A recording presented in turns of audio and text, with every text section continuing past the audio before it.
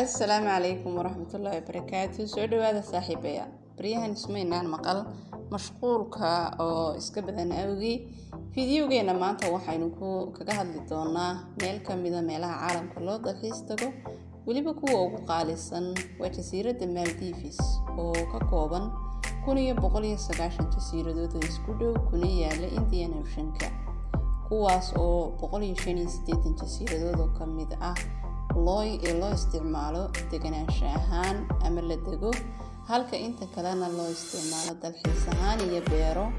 Maldives waxay u badan yihiin dad muslimiin ah waxaana degan qowmiyado kala duwan sida dadka loo yaqaan Maldivianka, sidoo kale dad Indiyaanaba degan, Filibiiniyiin, Sri Lanka iyo Bangladesh iyo qolo kale oo qadiima oo la yiraahdo Girafaru.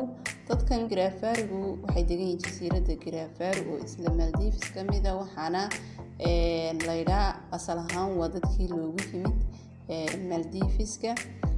qarash ahaan Maldives waa meelaha ugu qaalisan ee loo dalxiis tago adduunka.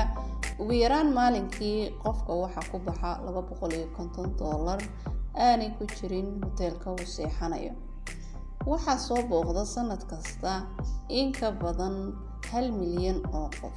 Maldives waa jasiirado aad u qurux badan indhaha dadka dalxiisayaasha ahna soo jiita. cimiladeeduna waa kulayl iyo diirimaad maadaama uu dhul baruhu maro. sidoo kale waxaa ka da'a roobab badan, wax barafana ma yeelato.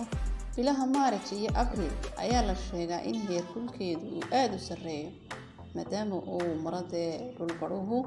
Maldives waa meel ammaan ah, ammaankeeduna uu aad u fiican yahay maadaama laga warhayo cidda ku nool jasiiradahan yaryar iyo cidda soo galaysaba. way adag tahay in cid lagu dhex dhibaateeyo. luqado badan ayaa lagaga hadlaa jasiiradahan. asal ahaanse luqadooda waxaa la yiraahdaa Daifihe oo asal ahaan laga keenay dadka Sri Lankianka ah. lacagta laga isticmaalo wadanka iyadana waxaa la yiraahdaa Maldivian Rupiah. madaxweynaha Maldives waxaa la yiraahdaa magaciisa Ibrahim Mohamed Saleh, waana madaxweyne muslin ah sidaad magaciisaba ka aragtaan.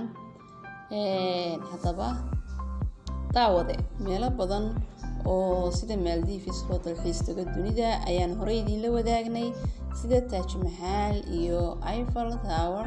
xaggan sare ayaan muuqaalkooda idiin soo saaraynaa.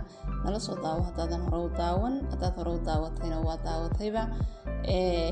waxa aan idinka codsanaynaa commentiga hoose inaad nagula wadaagtaan haddaad rabto inaad soo booqato Maldives ama ay rajadaada tahay. haddaad hore u soo booqatayna bal waxyaalihii ugu wanaagsanaa ama waxyaalihii ugu la yaabka badnaa ee aad ku aragtay nagula wadaag commentiga hoose. waxaan idinka codsanaynaa channelka hadday tahay markii kuugu horeysay ee soo booqato inaad subscribe noo saarto. haddaad hore noola joogtayna like, share iyo comment. aad baan